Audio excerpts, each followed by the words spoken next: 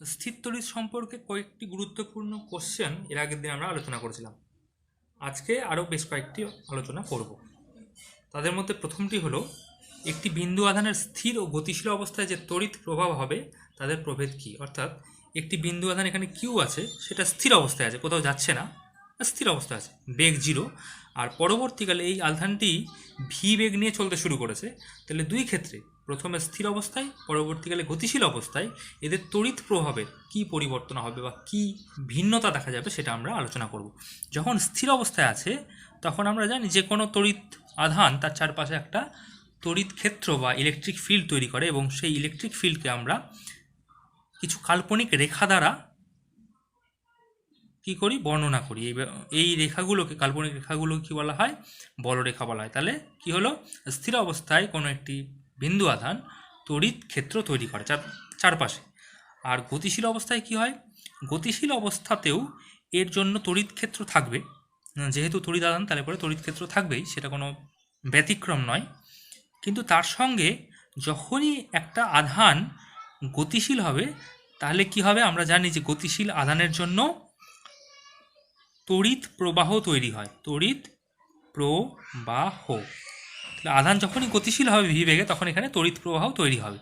আর আমরা এর পরে 2-4খানা চ্যাপ্টার পরেই পড়ব চৌম্বক ক্ষেত্র, তখন দেখব যে তড়িৎ প্রবাহ থাকলেই তার সঙ্গে জড়িত কি থাকবে, চৌম্বক ক্ষেত্র থাকবে। তাহলে গতিশীল আধান কি তৈরি করে, তার চারপাশে একটা চৌম্বক ক্ষেত্র তৈরি করে। তাহলে স্থির আধান কি তৈরি করে, তড়িৎ ক্ষেত্র তৈরি করে, গতিশীল আধান তড়িৎ ক্ষেত্র তৈরি করে, আর চৌম্বক ক্ষেত্র তৈরি করে।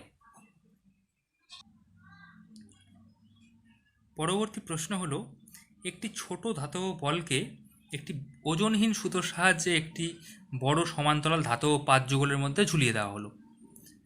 এই যে এখান থেকে একটি ভারহীন সুতো বা ওজনহীন সুতোর সাহায্যে এম ভরের একটি বলকে ঝুলিয়ে দেওয়া আছে। এল দৈর্ঘ্যের একটি সুতোর সাহায্যে এম ভরের গোলকটিকে ঝুলিয়ে দেওয়া হয়েছে কোথায়, সমান্তরাল পাত যুগল। এটা একটা সমান্তরাল পাত, এখানে একটা সমান্তরাল পাতের মাঝখানে ঝুলিয়ে দেওয়া হয়েছে। এবারে এই সমান্তরাল পাতের ওপর দিকটাতে পজিটিভ আধান এবং নিচের দিকে নেগেটিভ আধান দেওয়া হলো, আর এই বলটিকে পজিটিভ কিউ আধান দেওয়া হলো। তাহলে এর দোলনকালের কী পরিবর্তন হবে সেটা প্রথমে জানতে হবে। প্রথমে যখন কোনো রকম আধান দেওয়া ছিল না, তখন টি ইজিক্যাল টু কী ছিল, 2π/ω, আর ওমেগা ইজিক্যাল টু আমরা জানি √g/L। সুতরাং টি প্রথমে যখন কোনো রকম আধান কোথাও দেওয়া ছিল না, তখন দোলনকাল কত ছিল, 2π√L/g, এটা ছিল দোলনকাল প্রথমে।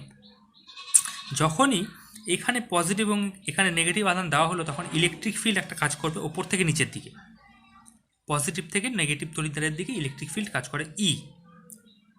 এবং যেহেতু এরা খুব কাছাকাছি সমান্তরাল প্লেট আছে, তাহলে এগুলো কী হবে, সম তড়িৎ প্রাবল্যযুক্ত একটা ক্ষেত্র হয়, মানে সব জায়গায় তড়িৎ প্রাবল্য সমান হবে এবং পজিটিভ থেকে নেগেটিভের দিকে এরকম ডিরেকশনে থাকবে। একে যখনই আমরা কিউ আধান দেব, এর উপরে বল কি কাজ করছে, এমজি বল তো কাজ করছেই, তার সঙ্গে সঙ্গে কিউ আধান দেওয়ার জন্য ইকিউ একটা এক্সট্রা বল কাজ করবে। আমরা জানি যে ইলেকট্রিক ফিল্ড ইতে কিউ আধান দেওয়া থাকলে তার উপরে একটা বল কাজ করে কিউ ই। তাহলে কিউ ই বল কিন্তু নিচের দিকে কাজ করবে, কারণ ইলেকট্রিক ফিল্ডের দিকে এদিকে আছে, আধান কিউটা পজিটিভ আছে, তাহলে নিচের দিকে বল কাজ করবে। তাহলে মোট বল, এখন যখন আমরা চার্জ দিলাম তখন মোট বল কি হলো, মোট বল হয়ে গেল M G plus Q E. এখন এই বলটাই এই বস্তুটার দোলনের জন্য অভিকেন্দ্র বল সরবরাহ করবে। সুতরাং অভিকেন্দ্র বল ইজিক্যাল টু আমরা কি জানি, অভিকেন্দ্র বল জানি M omega prime square. Omega prime কেন ধরলাম, কারণ যখন কোনো রকম চার্জ দেওয়া ছিল না তখন যে কৌণিক বেগ ছিল সেটা ছিল ওমেগা, এখন কৌণিক বেগ পাল্টে গিয়ে ওমেগা প্রাইম স্কোয়ার হয়ে যাবে ইন্টু এল। এল কেন, এল হচ্ছে এই দৈর্ঘ্যটা, যে দৈর্ঘ্যে এ দোলন সম্পন্ন করছে, অর্থাৎ দোলকের যে দৈর্ঘ্য, কার্যকর দৈর্ঘ্য, সেটা হচ্ছে এইটা। তাহলে এখন ওমেগা প্রাইম কত হবে, omega prime square is equal to M G plus Q E by M L, omega square. তাহলে ওমেগা ইজ ইকুয়াল টু কী হবে, এখান থেকে ওমেগা ইজ ইকুয়াল টু পেলাম root over G by L plus Q E by M L, এটা পেলাম। Omega prime এটা হবে, ওমেগা প্রাইম। তাহলে ওমেগা ইজ ইকুয়াল টু কি, 2 pi by T, 2 pi by T prime is equal two এইটা পেলাম,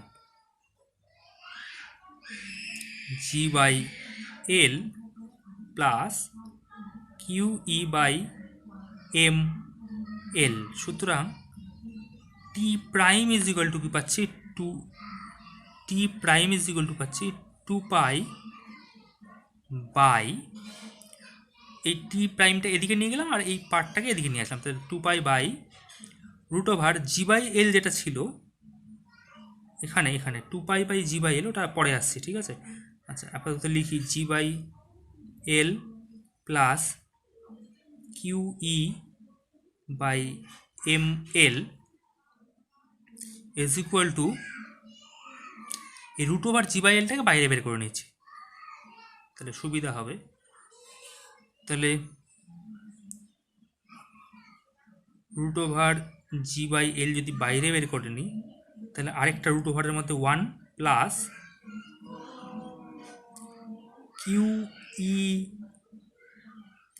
by M G, এটা পড়ে থাকবে, এটাকে যদি বের করে নিয়ে আসে 2 pi by root over G by L, এটা ইজ ইকুয়াল টু টি, এটা ইজ ইকুয়াল টু টি আমরা এখানে পেয়েছি, এটাকে সাজালে পরে দেখতে পাবো এটা ইজ ইকুয়াল টু টি হচ্ছে।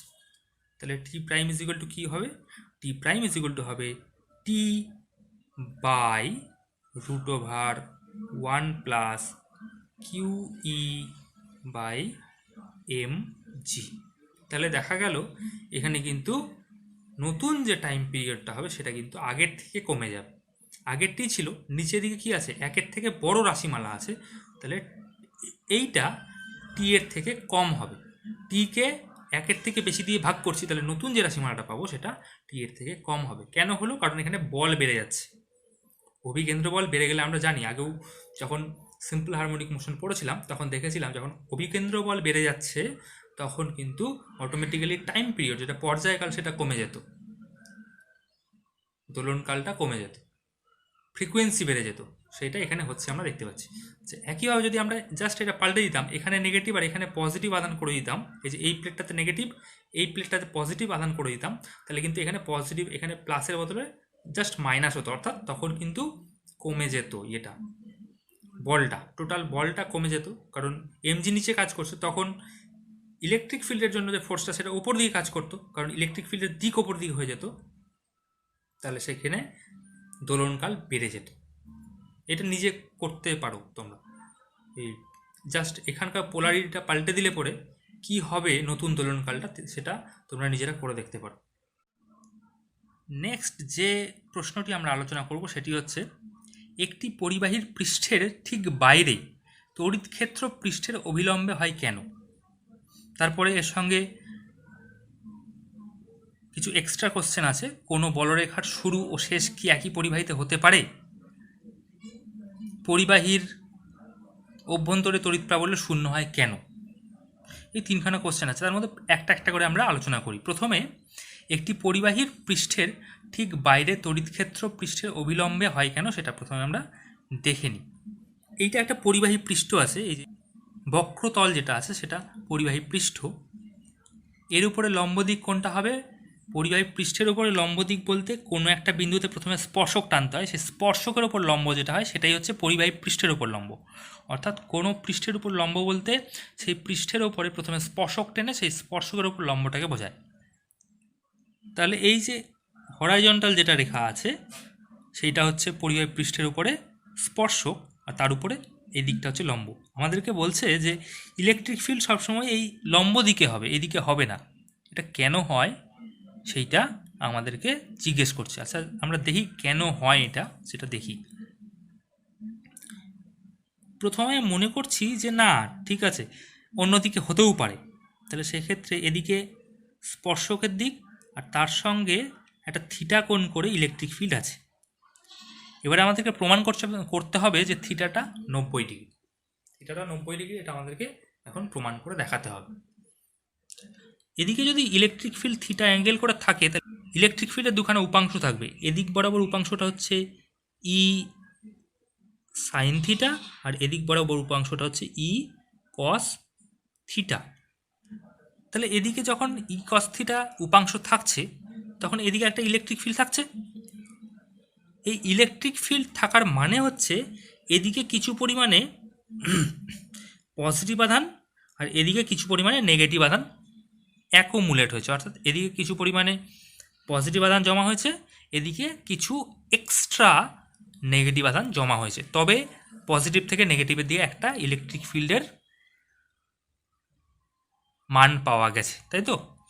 কিন্তু আমরা জানি যে পরিবাহী পৃষ্ঠে প্রচুর পরিমাণে ফ্রি ইলেকট্রন থাকে, মুক্ত ইলেকট্রন থাকে। যখনই এরকম কোনো একটা সিচুয়েশন দেখা যাবে যে এদিকে পজিটিভ চার্জের অ্যাকুমুলেশন হয়েছে, পজিটিভ চার্জ জমা হয়েছে কিছু বেশি পরিমাণে, এদিকে নেগেটিভ চার্জ জমা হয়েছে, অর্থাৎ এদিকে ইলেকট্রনের আধিক্য হয়েছে, এদিকে ইলেকট্রনের ঘাটতি হয়েছে, তখনই কী হবে, এখানে যে মুক্ত ইলেকট্রনগুলো বেশি পরিমাণে জমা হয়েছে তার থেকে কিছু মুক্ত ইলেকট্রন এই দিকে প্রবাহিত হবে। আমরা জানি যে মুক্ত ইলেকট্রন নেগেটিভ চার্জযুক্ত হয়, ইলেকট্রিক ফিল্ডের বিপরীত দিকে প্রবাহিত হয়। তাহলে যেহেতু এগুলো মুক্ত ইলেকট্রন, তাহলে মুক্ত ইলেকট্রনগুলো কিন্তু পরিবাহী পৃষ্ঠের এই এদিক থেকে এদিকে গিয়ে জমা হতে থাকবে আস্তে আস্তে। তাহলে কী হবে, আস্তে আস্তে এই অ্যাকুমুলেশনটা নষ্ট হবে, এদিককার এক্সট্রা যে পজিটিভ চার্জ ছিল সেটাও কমে যাবে, এদিকে যে নেগেটিভ চার্জ বেশি ছিল সেটাও কমে যাবে। তাহলে ইলেকট্রিক ফিল্ডের এই উপাংশটা কিন্তু আস্তে আস্তে কমতে কমতে জিরো হয়ে যাবে। তাহলে কি দেখতে পেলাম, ই কস থিটা কী হলো, ই কস থিটা জিরো হয়ে গেল। এবং এটা হতে খুব বেশি সময় লাগবে না। যখনই এরকম কিছু একটা ডেভেলপ হবে যে এদিকে একটা ইলেকট্রিক ফিল্ডের একটা উপাংশ থাকছে, সঙ্গে সঙ্গে ই কস থিটাটা জিরো হয়ে যাবে। কি করে হবে, এখানকার যে এক্সট্রা ইলেকট্রনগুলো সেগুলো কিন্তু এখান থেকে পজিটিভ, যেখানে পজিটিভ চার্জের অ্যাকুমুলেশন হয়েছিল সেখানে চলে আসবে। তাহলে ই কস থিটা যখনই জিরো হয়ে যাবে, ই তো জিরো নয়, তাহলে কস থিটা নিশ্চয়ই জিরো হবে। Cos theta zero, cos theta zero হলে থিটা ইজ ইকুয়াল টু কী হয়, 90 ডিগ্রি হয়। তাহলে আমরা প্রমাণ করে ফেললাম যে এই যে অ্যাঙ্গেলটা আমরা ধরে নিয়েছিলাম যে থিটাটা একটা অ্যাঙ্গেল, সেই অ্যাঙ্গেলটা কিন্তু অটোমেটিক্যালি 90 ডিগ্রি হয়ে গেল। 90 ডিগ্রি হওয়ার মানে কি, ইলেকট্রিক ফিল্ড কোন দিকে আছে, ইলেকট্রিক ফিল্ড স্পর্শকের সঙ্গে 90 ডিগ্রি করে আছে, স্পর্শকের সঙ্গে 90 ডিগ্রি করে আছে, অর্থাৎ তলের সঙ্গে লম্বভাবে আছে, যেটা আমাদেরকে প্রমাণ করতে দেওয়া হয়েছিল। তাহলে বুঝতে পারলাম কী জন্য ইলেকট্রিক ফিল্ড পরিবাহী তলের সঙ্গে লম্ব হয়, কারণ কোনো জায়গায় ইলেকট্রিক চার্জের অ্যাকুমুলেশনটা এমন হতে পারবে না যাতে স্পর্শকের দিয়ে একটা ইলেকট্রিক ফিল্ড থাকে। আমরা যখন বিভব পড়ব, বিভবের ধারণা যখন আমরা পড়ব, তখন আরও ভালোভাবে এই জায়গাটা বুঝতে পারবো। এরপরে হচ্ছে কোনো বলরেখার শুরু ও শেষ কি একই পরিবাহিত হতে পারে। এই একটা পরিবাহীর এখান থেকে বলরেখা তৈরি হয়ে যদি এই পরিবাহীরই কোনো একটা অংশে গিয়ে পড়তো, তার মানে বুঝতে হতো যে এখানে কিছু পরিমাণে কি আছে, পজিটিভ চার্জ আছে, এখানে কিছু পরিমাণে নেগেটিভ চার্জ আছে। কিন্তু আমরা একটু আগেই বললাম যে যেহেতু পরিবাহীর মধ্যে প্রচুর পরিমাণে মুক্ত ইলেকট্রন থাকে, এটা হওয়া কখনোই সম্ভব নয় যে একটা মোটে পরিবাহী বিভিন্ন পরিবাহিত হতে পারে, এটা একটা আলাদা পরিবাহী, এটা একটা আলাদা পরিবাহী, তাহলে এখান থেকে কিছু পরিমাণে বলরেখা গিয়ে এখানে পড়তেই পারে, সেটা কোনো অসুবিধা নেই। কিন্তু এরকম পরিস্থিতিতে যে একটা পরিবাহীর মধ্যেই বলরেখা এরকম করে এসে পড়বে, এটা হতে পারে না, কারণ একটা পরিবাহীর মধ্যে যখনই এক্সেস ইলেকট্রন থাকবে, সেই এক্সেস ইলেকট্রনটা কিন্তু সব জায়গায় সমানভাবে ডিস্ট্রিবিউট হয়ে যাবে, এখানে পজিটিভ চার্জ এক্সট্রাভাবে থাকতে পারবে না, ইলেকট্রনগুলো এখানে এসে জমা হবে। তাহলে কি হবে, তাহলে পজিটিভ চার্জ এবং নেগেটিভ চার্জ একই সঙ্গে একটাই পরিবাহীতে থাকতে পারে না, সেই জন্য একটি মাত্র পরিবাহীতে বলরেখা উৎপন্ন হয়ে সেই পরিবাহীতেই শেষ হতে পারে না। তাহলে 2 নম্বর কোশ্চেনটার অ্যান্সার আমরা পেয়ে গেলাম।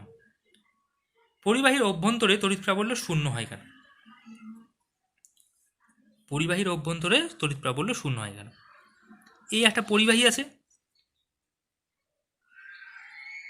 পরিবাহীটার আকার যা কিছু হতে পারে, আমি গোল করে গেছি, অন্যরকম হতে পারে। তো আমরা জানি যে পরিবাহীর ভেতর দিকে কোনো রকম বলরেখা থাকে না, তাই তো।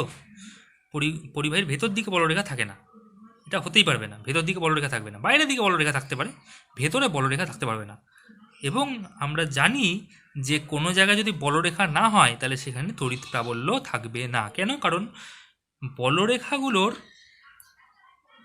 যে ডেনসিটি অর্থাৎ একক ক্ষেত্রফলের মধ্যে দিয়ে লম্বভাবে যত সংখ্যক বলরেখা পাস করবে সেটাই হচ্ছে ইলেকট্রিক ফিল্ডের পরিমাপ।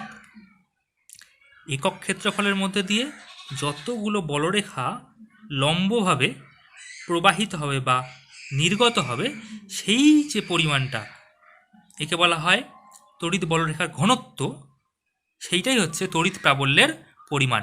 যেহেতু এইখানে ভেতর দিকে, পরিবাহীর ভেতর দিকে কোনো রকম বলরেখার অস্তিত্বই নাই, তাহলে বলরেখার ঘনত্ব 0 হবে, তাহলে ভেতর দিকে তড়িৎ প্রাবল্যও 0 হবে। এর পরের প্রশ্নটি হলো গসীয় তল বা গাউসীয় তল কাকে বলা হয়, এর বৈশিষ্ট্য কী, গসের উপপাদ্যের তাৎপর্য কী, এই উপপাদ্য কি অন্য কোনো ক্ষেত্রেও প্রযোজ্য নাকি শুধুমাত্র ইলেকট্রিক ফিল্ড বা স্থিরতড়িৎ ক্ষেত্রের ক্ষেত্রেই প্রযোজ্য, সেটা আমাদেরকে বলতে হবে। প্রথমত গসীয় তল বলতে কি বুঝি সেটা বুঝি। গসীয় তল বলতে কোনো একটি বদ্ধতলকে বোঝায়। গসীয় তল বলতে কোনো একটি বদ্ধতলকে বোঝায়। বদ্ধতল মানে যে তলের কোথাও কোনো রকম ফাঁকা থাকবে না, ঠিক আছে। ওই তলটা ভেতর দিকে একটা আয়তন ধরে রাখবে এবং তলের উপর কোনো জায়গায় কোনো রকম ওপেনিং থাকবে না।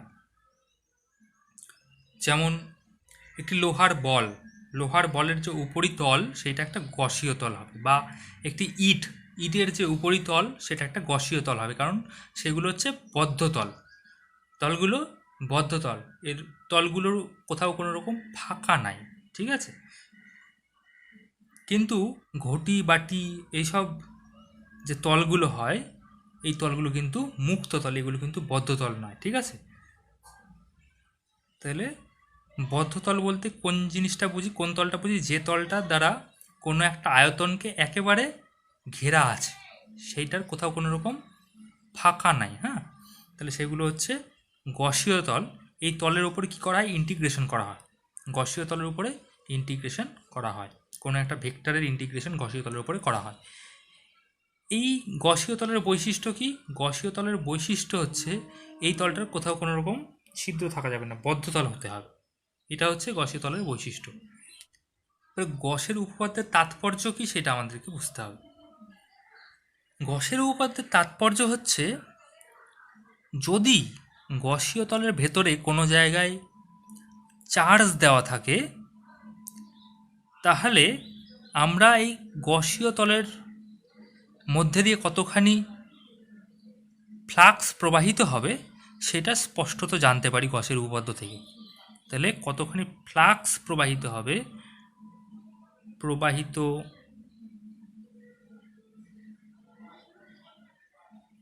ফ্লাক্স কত হবে সেটা আমরা বলতে পারি গসের উপপাদ্য থেকে।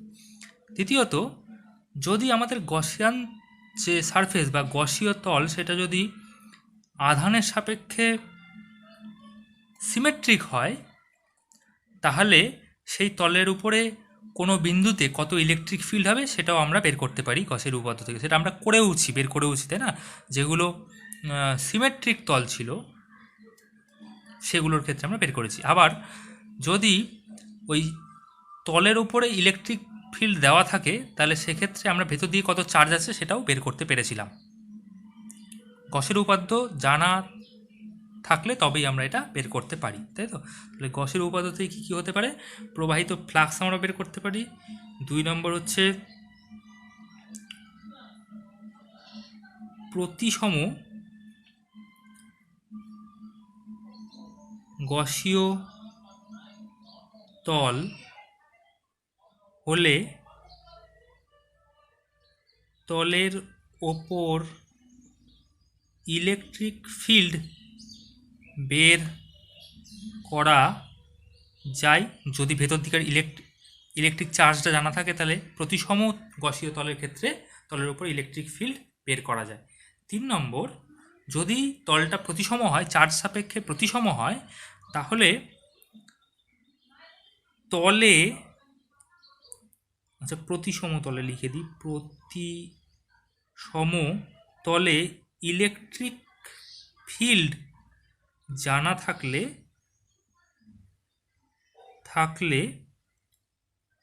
তল দ্বারা আবদ্ধ আধান পরিমাণ জানা যায়। অর্থাৎ যদি তলটা প্রতিসম হয় কার সাপেক্ষে? আধানের সাপেক্ষে, তাহলে তলের ওপরে কোনো বিন্দুতে ইলেকট্রিক ফিল্ড থেকে আমরা ভেতর দিয়ে কতখানি আধান আছে সেইটা বের করে ফেলতে পারি। এইগুলো হচ্ছে গসীয় তলের ব্যবহার বা তাৎপর্য বলা যেতে পারে। এই উপপাদ্য, গসের উপপাদ্য কি অন্য কোনো ক্ষেত্রে প্রযোজ্য ইলেকট্রিক ফিল্ড ছাড়া? হ্যাঁ, অবশ্যই। আমরা আগেও এই কথাটা বলেছিলাম যে ইলেকট্রিক ফিল্ড ছাড়াও ম্যাগনেটিক ফিল্ড এবং গ্র্যাভিটেশনাল ফিল্ড,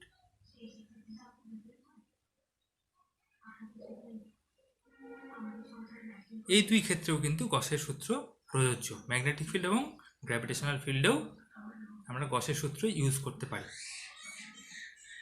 এবারে আমরা দেখব এইখানে যদি একখানা পজিটিভ চার্জ, এইখানে যদি একখানা নেগেটিভ চার্জ থাকে, তাহলে এদের মধ্যে আকর্ষণ বল কাজ করবে, তাই তো? শূন্যস্থানে বা বায়ু মাধ্যমে বা যে কোনো ডাইইলেকট্রিক মাধ্যমে যদি থাকে, তাহলে এদের মধ্যে পরাবৈদ্যুতিক মাধ্যমে যদি থাকে, তাহলে এদের মধ্যে একটা ইলেকট্রিক ফিল্ডের জন্য কি হবে? ইলেকট্রিক বল বা কুলম্ব বল কাজ করবে। এটা আমরা জানি এবং সূত্রটাও জানি যে F is equal two 1/4/ε0 Q1 Q2 by R² হবে বলটা। কিন্তু আমরা কায়দা করে ভেতর দিকে যদি একখানা পরিবাহী পাত ঢুকিয়ে দিই, এখানে যদি একটা অসীম পরিবাহী পাত আমরা ইনসার্ট করি, তাহলে এদের মধ্যেই কোনো বল কাজ করবে এবং বল কাজ করলে সেটা কত সেটা আমাদেরকে জানতে চেয়েছে। ঠিক আছে, এটা যদি আমরা একটা পরিবাহী পাত এখানে দিয়ে দিই তাহলে কি হবে?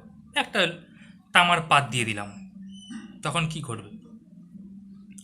যখনই আমরা এখানে একটা তামার পাত দিয়ে দেব তখন কিন্তু এদের মধ্যে আর আকর্ষণ বল কোনো কাজ করবে না। কেন করবে না? কারণ আমরা জানি এইখানে সূত্রটা F ইজিক্যাল টু কি? F ইজিক্যাল টু হচ্ছে 1/4π kappa epsilon not Q1 Q2 by R²। এখন ডাইইলেকট্রিক মাধ্যমের কাপ্পাটা কি হয়? সসীম মানের হয়, এটাই ফাইনাইট ভ্যালু হয়। কিন্তু ধাতু বা পরিবাহীর ক্ষেত্রে কাপ্পার ভ্যালু অসীম হয়, খুব বড় মানের একটা হয়, সেটাকে আমরা অসীম ধরতে পারি। তাহলে আমরা দেখেছি এফ কিন্তু কাপ্পার সঙ্গে ব্যস্তানুপাতে পরিবর্তিত হয়। কাপ্পার ভ্যালু যত বড় হবে এফ তত কমতে থাকবে, এই বলটা তত কমতে থাকবে, আকর্ষণ বা বিকর্ষণ তত কমতে থাকবে। এবারে পরিবাহীর ক্ষেত্রে কাপ্পার মান কত হয় বললাম? অসীম হয়। এত বড় একটা মান হয় সেটাকে আমরা অসীম বলে ধরতে পারি। তাহলে সেক্ষেত্রে এফ এর ভ্যালু কী হবে? কোনো একটা ফাইনাইট ভ্যালু বাই অসীম ইজ ইকুয়াল টু 0। যেহেতু ব্যস্তানুপাতিক আছে তাহলে নিচের দিকে অসীম হওয়া মানে গোটা ভ্যালুটা 0 হয়ে যাবে। এটা আমরা ম্যাথামেটিক্যালি বললাম। এবার একটু ফিজিক্যালি কী হবে ব্যাপারটা আমরা একটু বুঝি। যখন এই পাতটা ছিল না তখন কি ছিল? এখান থেকে একটা বলরেখা বেরোচ্ছিল এবং সেটা গিয়ে এখানে পড়ছিল। এবং আমরা জানি যে বলরেখা সবসময় দৈর্ঘ্যে সংকুচিত হতে চায়। পড়েছিলাম আমরা বলরেখার ধর্মে পড়েছিলাম যে বলরেখা সবসময় দৈর্ঘ্যে সংকুচিত হতে চায়, সেই জন্য এরা পরস্পরকে আকর্ষণ করবে। ঠিক আছে, কিন্তু আমরা যখনই এখানে একটা পরিবাহী পাত ইনসার্ট করব তখনই কিন্তু এই বলরেখাটা এখানে যাওয়ার পর কি হবে? এরকম করে আমরা বলরেখার ছবি যখন এঁকেছিলাম কোনো পরিবাহীর মধ্যে দিয়ে, তখন কিন্তু আমি এটা বলেছিলাম যে এইখানে যাওয়ার পরে বলরেখাটা এর স্পর্শক বরাবর চলে যাবে। বলরেখাটার এদিকে পেনিট্রেট করে যেতে পারবে না বা পরিবাহীর মধ্যে ঢুকতে পারবে না। কি হবে? বলরেখাটা এর সঙ্গে স্পর্শক বরাবর চলে যাবে। তাহলে এটা যদি স্পর্শক বরাবর অসীম পর্যন্ত চলে যায় তাহলে বলরেখার এখানে পর্যন্ত পৌঁছাতে পারবে না। এদের মধ্যে বলরেখা দ্বারা কোনো সংযোগ যদি না হয় তাহলে বলরেখা সংকুচিত হওয়ার কোনো ব্যাপারও নাই, আর এদের মধ্যে আকর্ষণ বলেরও কোনো রকম ব্যবস্থা থাকবে না। এবার আমরা দ্বিমেরু নিয়ে একটু কথা বলি। এইখানে প্রথম ক্ষেত্র, তিনখানা ক্ষেত্র নিয়ে আমরা কথা বলবো। প্রথম ক্ষেত্রে একটা সুষম তড়িৎ ক্ষেত্র ই আছে এখানে, হ্যাঁ, সুষম তড়িৎ ক্ষেত্র ই, এবং এই সুষম তড়িৎ ক্ষেত্র ই এর দিকে একখানা দ্বিমেরুকে স্থাপন করা আছে। তাহলে এখানে নেগেটিভ চার্জ, এখানে পজিটিভ চার্জ রাখা আছে, তাহলে একটা দ্বিমেরু তৈরি হবে। এই দ্বিমেরুর উপরে কতখানি বল এবং টর্ক কাজ করবে সেটা আমাদেরকে বের করতে হবে। এখানে পজিটিভ চার্জের উপরে কতখানি বল কাজ করবে, কিউ ই বল কাজ করবে কোন দিকে, ইলেকট্রিক ফিল্ডের দিকে। পজিটিভ চার্জের উপরে ইলেকট্রিক ফিল্ডের দিকে বল কাজ করে, আর নেগেটিভ চার্জের উপরে ইলেকট্রিক ফিল্ডের বিপরীত দিকে সমান পরিমাণ বল কিউই কাজ করবে। তাহলে এখানে লব্ধি বল কত হবে, লব্ধি বল হবে kiwi minus kiwi is equal to 0, কারণ এই কিউই বলটা এদিকে কাজ করছে, এই কিউই বলটা এই উল্টা দিকে কাজ করছে, তাহলে লব্ধি বল 0 হবে। এবারে এই যে পরস্পর বিপরীত দিকে কাজ করে দুটি বল কিউই, এদেরকে আমরা বলি দ্বন্দ্ব বল, তাই না? বিপরীত দিকে দুটি বল যদি কাজ করে সমান বল, তাদেরকে আমরা দ্বন্দ্ব বল বলি। দ্বন্দ্ব বল দুটির ক্রিয়া রেখা একই রেখা বরাবর আছে। এই বলটা যে রেখা বরাবর কাজ করছে, একই সরলরেখা বরাবর এই রেখাটাও কাজ করছে। সুতরাং এদের মাঝে কোনো রকম লম্ব দূরত্ব থাকবে না, একই রেখা বরাবর কাজ করছে, তাহলে লম্ব দূরত্ব কী হবে, লম্ব দূরত্ব 0 হবে। তাহলে টর্ক ইজ ইকুয়াল টু কী হলো, টর্ক ইজ ইকুয়াল টু দ্বন্দ্ব বলের একটি বল ইন্টু তাদের মাঝখানকার লম্ব দূরত্ব 0, তাহলে টর্ক হয়ে গেল 0।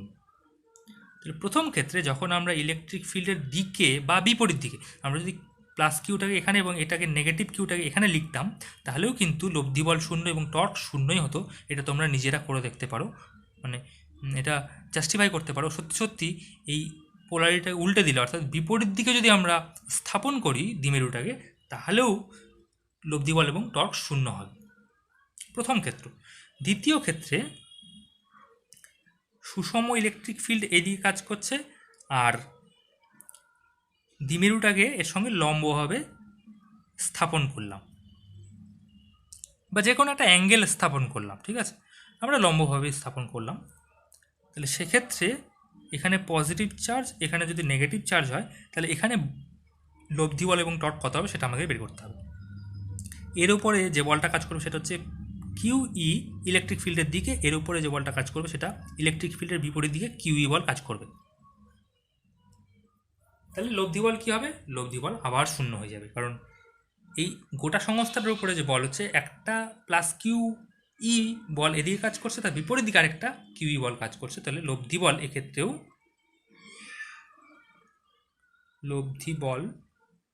এক্ষেত্রেও QE minus Q is equal to 0 হয়ে যাবে। আর টর্ক কত হবে,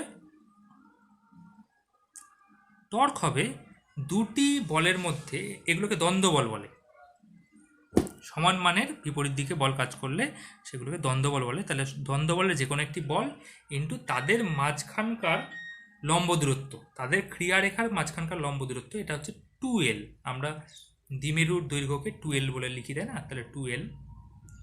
তাহলে মোট কতখানি টর্ক কাজ করছে, 2L Q is equal to P আর ই। তাহলে টর্ক হয়ে গেল পি। আমরা এমনিতেও জানি যে থিটা যদি অ্যাঙ্গেল থাকে, ইলেকট্রিক ফিল্ড এবং দ্বিমেরুর মাঝখানকার অ্যাঙ্গেল যদি থিটা থাকে, তাহলে টর্ক কত হয়, পি ই সাইন থিটা। এখানে যে থিটাটা 90 ডিগ্রি, সেই জন্য সাইন থিটাটা 1 হয়ে যাচ্ছে, কিন্তু ইন জেনারেল যখন থিটা অ্যাঙ্গেল থাকবে তখন কিন্তু টর্কের value P E sine theta হবে। অর্থাৎ এইখানে লব্ধি বল 0 হলো, টর্ক 0 হলো না। এবং এই টর্কটা কী করবে, টর্কটা এই পজিটিভ আধানটাকে এদিকে, নেগেটিভ আধানটাকে এদিকে নিয়ে গিয়ে এর মতো স্থাপন করবে, অর্থাৎ ইলেকট্রিক ফিল্ডের দিকে স্থাপন করবে দ্বিমেরুটাকে। 3 নম্বর ক্ষেত্রে 3 নম্বর ক্ষেত্রে কি হয়েছে, 3 নম্বর ক্ষেত্রে বলা হচ্ছে এই ইলেকট্রিক ফিল্ডটা সুষম নয়। এখানে যেমন ইলেকট্রিক ফিল্ডটা সুষম হচ্ছিল, 3 নম্বর ক্ষেত্রে ইলেকট্রিক ফিল্ড সুষম নয়। এইরকম কোনো জায়গায় ইলেকট্রিক ফিল্ড E1 কাজ করছে, নিচে দিকে ইলেকট্রিক ফিল্ড E2 কাজ করছে, মাঝখানে আরও কিছু কাজ করছে। তাহলে এখানে যদি আমরা একটা দ্বিমেরুকে স্থাপন করি, তাহলে এর উপরে টর্ক এবং বল লব্ধি বল এবং টর্ক কত হবে সেটা বের করতে হবে। এখানে প্লাস কিউ, এখানে যদি মাইনাস কিউ আধান থাকে, তাহলে এর উপরে কতখানি বল কাজ করবে, এর উপরে যে বলটা কাজ করবে সেটা হচ্ছে এখানে ইলেকট্রিক ফিল্ড E1 আছে, তাহলে QE1 বল কাজ করবে, আর এর উপরে বল কতখানি কাজ করবে, QE2 বল কাজ করবে, কারণ এখানে ইলেকট্রিক ফিল্ড E2 আছে। তাহলে মোট এই লব্ধি বল যেটা হবে, লব্ধি বল হবে QE1 মাইনাস QE2। তাহলে কিউ যদি কমন নিই তাহলে E1 মাইনাস E2, অর্থাৎ দ্বিমেরুর আধান দুটি যেখানে আছে সেখানে যে ইলেকট্রিক ফিল্ডের যে পার্থক্য হবে সেইটাকে আধান দিয়ে গুণ করলে লব্ধি বল কিন্তু আমরা পেয়ে যাব। এটা লব্ধি বল তাহলে শূন্য হলো না, আর টর্ক তো শূন্য হবেই না। যেহেতু দুটি বল কাজ করছে বিপরীত দিকে এবং তাদের মাঝখানকার ক্রিয়ারেখার লম্ব দূরত্ব শূন্য নয়, একই রেখা বরাবর তো কাজ করছে না, ওপর দিকে নিচের দিকে একটা দূরত্ব আছে, তাহলে এদের টর্কটাও শূন্য হবে। টর্ক ইজিক্যাল টু কি জানি? টর্ক ইজিক্যাল টু জানি দ্বন্দ্বের বল ইন্টু তাদের ক্রিয়ারেখার মাঝখানকার লম্ব দূরত্ব। কোনোটাই শূন্য নয়, দ্বন্দ্ব বলও শূন্য নয়, আর এদের মাঝখানকার দূরত্বটাও শূন্য নয়, তাহলে টর্কও শূন্য হবে না। টর্ক শূন্য নয়, হবে না, অর্থাৎ লব্ধি বলও শূন্য হবে না, টর্কও শূন্য হবে না। এখানে আরেকখানা কোশ্চেন আছে, সেটা হচ্ছে এই প্রথম ক্ষেত্রে যখন আমরা দ্বিমেরুটাকে ইলেকট্রিক ফিল্ডের দিকে রেখেছিলাম তখন কিন্তু এর উপরে লব্ধি বল এবং টর্ক দুটোই শূন্য হবে। যখন লব্ধি বলের এবং টর্ক দুটোই শূন্য হয় তখন আমরা জানি যে কোনো একটা সংস্থা হিসেবে থাকে সাম্যাবস্থায় থাকে। এর উপরে লব্ধি বল এবং টর্ক শূন্য হওয়ার জন্য এটা একটা সাম্যাবস্থায় থাকবে। তো এই সাম্যাবস্থাটা সুস্থির সাম্য হবে না অস্থির সাম্য হবে, সেইটা প্রথম কোশ্চেন। এইটা পজিটিভ আধান, এটা নেগেটিভ আধান আছে। এখন এটাকে এই সাম্যাবস্থা থেকে একটু বিচ্যুত করলাম, অর্থাৎ এটাকে একটু ওপর দিকে নিয়ে গেলাম, এটাকে একটু নিচের দিকে নিয়ে আসলাম, দ্বিমেরুটাকে এরকম অবস্থায় নিয়ে গেলাম, তাহলে কি হবে? এর উপরে পজিটিভ বল এদিকে কাজ করবে, তাই তো? এর উপরে নেগেটিভ বল এদিকে কাজ করবে। এখন এই যে বল দুটি কাজ করবে, এই দুটি বল কি করবে? এর উপরে যে টর্ক তৈরি করবে সেই টর্কটা কোন দিকে কাজ করবে? এই বলটা, এই বলটা এদিকে ঘোরাবে, আর এই বলটা এদিকে ঘোরাবে, তাই তো? দেখতেই পাচ্ছি যে এই বলটা এদিকে ঘোরাবে, এই বলটা নিশ্চয়ই এদিকে ঘোরাবে না, কারণ বলের দিক এদিকে আছে, তাহলে টেনে এদিকে নিয়ে আসবে, এই বলটা এদিকে নিয়ে যাবে। তাহলে এটা কোন দিকে আসছে? আগে যে অবস্থায় ছিল সেই অবস্থায় ফিরে আসছে, তাহলে এটা একটা সুস্থির সাম্য হবে। এটা কি ধরনের সাম্য হবে? সুস্থির সাম্য হবে। কিন্তু আমরা আরেকটা যে কেস বলেছিলাম যে ইলেকট্রিক ফিল্ডের ঠিক বিপরীত দিকে তড়িৎ দ্বিমেরুটা আছে, অর্থাৎ এখানে পজিটিভ এখানে নেগেটিভ আধান আছে, সেক্ষেত্রেও এটাও কিন্তু প্রথমে সাম্যাবস্থায় থাকবে, কারণ এক্ষেত্রেও বল এবং টর্ক দুটোই জিরো হবে আমরা বলেছিলাম। এবং এটা কাজও দিচ্ছি যে তোমরা বের করে দেখবে যে সত্যি সত্যি এক্ষেত্রে টর্ক এবং বল শূন্য হয় কিনা। দেখা যাবে সত্যি সত্যি টর্ক এবং বল দুটোই শূন্য হচ্ছে, সুতরাং এটা একটা সাম্যাবস্থায় থাকবে। আর এই সাম্যাবস্থাটা কী ধরনের সাম্যাবস্থা হবে? সুস্থির সাম্য হবে না অস্থির সাম্য হবে, সেটা আমরা এখন দেখব। এখানে ইলেকট্রিক ফিল্ড আছে, সুস্থির না অস্থির সাম্য আছে সেটা দেখার জন্য এটাকে কিন্তু এর অবস্থা থেকে একটু বিচ্যুত করতে হবে। তাহলে এরকম অবস্থায় নিয়ে আসলাম, আগে তো এরকম ছিল, এটাকে একটু বিচ্যুত করে এরকম অবস্থায় নিয়ে আসলাম। তাহলে এখানে এই নেগেটিভ আধানটা এখানে চলে গেল, নেগেটিভ আধান, আর এখানে পজিটিভ আধান হয়ে গেল। ইলেকট্রিক ফিল্ড এই দিকে কাজ করছে, তাহলে এর উপরে বল কোন দিকে কাজ করবে? এদিক বরাবর কাজ করবে, কিউই। আর এটার উপরে বল কোন দিকে কাজ করবে? এদিকে। তাহলে এইটাকে কোন দিকে ঘোরাতে চেষ্টা করবে? এই দিকে ঘোরাতে চেষ্টা করবে এইটাকে। তাহলে নেগেটিভ চার্জটা কোথায় ছিল? আগে নিচের দিকে ছিল, এখন কোন দিকে যাচ্ছে? ওপর দিকে। এটা কোন দিকে ছিল? এদিকে ছিল, কোন দিকে যাচ্ছে? বিপরীত দিকে। অর্থাৎ আগে যে অবস্থায় ছিল একটু যদি ডিসপ্লেস করে দিই, একটু যদি আগের অবস্থা থেকে নড়িয়ে দিই, তাহলে কিন্তু সেটা আর আগের অবস্থায় ফিরে আসবে না, অন্য একটা নতুন অবস্থায় চলে যাবে। কি হবে? এইটা ঘুরে গিয়ে এখানে চলে আসবে, অর্থাৎ নেগেটিভ চার্জটা পজিটিভ চার্জের জায়গায় চলে আসবে, আর পজিটিভ চার্জটা কী হবে? ঘুরে নেগেটিভ চার্জের জায়গায় চলে যাবে, অর্থাৎ আগের অবস্থায় ফিরল না, নতুন একটা সাম্য অবস্থায় আসলো। তাহলে প্রথমে যখন পজিটিভ চার্জ এবং নেগেটিভ চার্জ এরকম অবস্থায় ছিল তখন সাম্যাবস্থায় ছিল, এবং সেই সাম্যাবস্থাটা অস্থির সাম্য।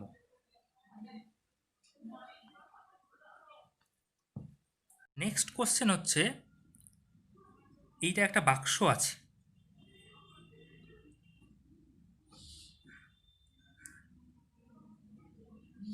এই বাক্সের কেন্দ্রে 8খানা দ্বিমেরু এরকম আছে, মোট 8খানা দ্বিমেরু এরকম রাখা আছে, 6টা দেখতে পাচ্ছি, আরও 2খানা আছে মোট কথা। তা 8খানা দ্বিমেরু যদি এখানে থাকে তাহলে এই যে তলগুলো আছে না, এই তলের মধ্যে দিয়ে মোট কত ফ্লাক্স যাবে সেটা বের করতে হবে। মোট ফ্লাক্সটা প্রথমে বের করতে হবে। ফাই ইজিক্যাল টু কি জানি, কিউ বাই এপসিলন, এটা আমরা জানি। মোট flux phi is equal to Q by epsilon. তাহলে কিউ, এখানে যে মোট চার্জটা আছে সেটা বের করতে হবে। এখন দ্বিমেরু দেখতে কীরকম হয়, দ্বিমেরু হয় এরকম, পজিটিভ কিউ নেগেটিভ কিউ।